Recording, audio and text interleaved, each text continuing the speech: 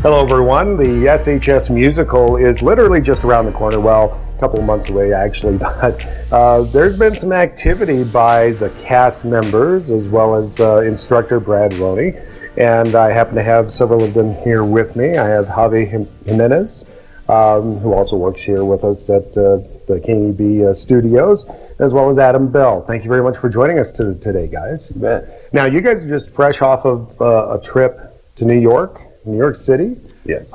Seeing another version of West Side Story, which is what you guys are going to be putting on. First of all, how did the trip come together to decide to go there for this?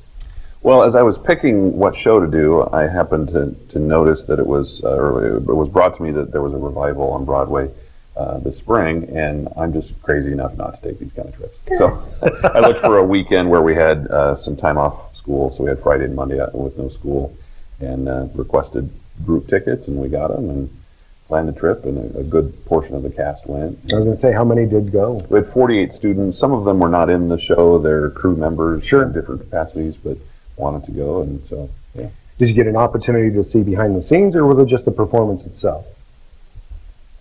Well, I'll let one of you guys talk about that.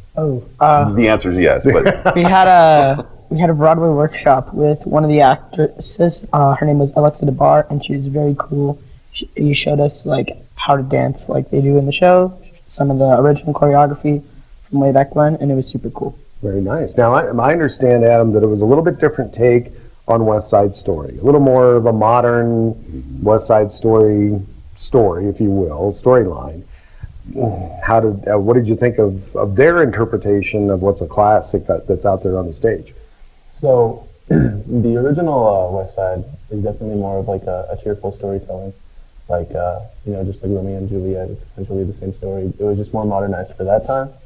But with them modernizing it again to where this time, it was a lot more serious, and like they definitely told more of the story instead, because as Mr. Ronne would say, a lot of the time the dancing takes over in that musical. But like I noticed, there wasn't really as much dancing as there normally was. There was they choreographed fights instead of just dancing. But like overall, it was a lot more serious, and like even their costumes, they were more like modern clothing. A little darker, a little more serious tone to the entire storyline as the story went on. Yeah. Oh, that's kind of interesting. the original fighting scenes were almost ballet-like in the original. And this show, they were definitely dance-like, but there was fighting. I mean, it was true stage combat, and it was pretty realistic in moments.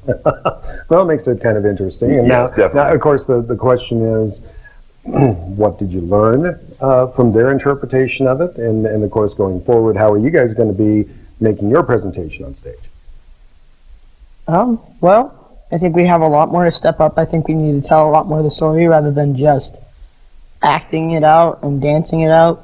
I think we need to be more serious, but since we're doing the original version, not lose all of the charm of it.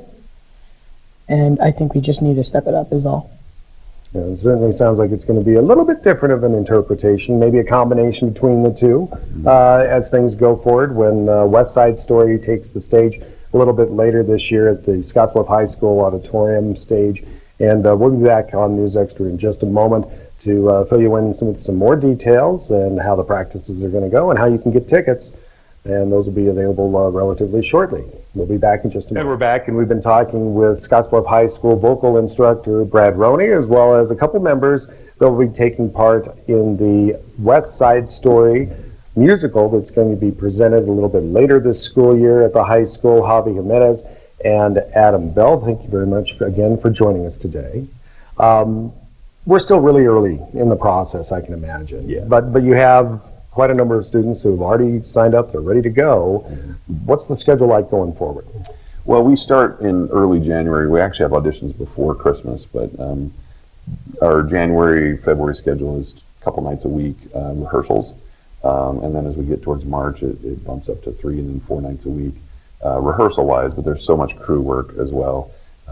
Full Saturdays for set building, and after school until rehearsal, we do set building. There's students that do crews as far as program, the playbill layout, costuming, makeup.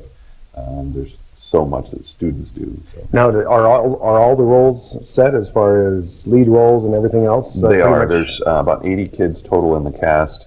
There's about 200 kids in the vocal program, and everybody has a responsibility somewhere. So there's actually more students off stage than there are on stage.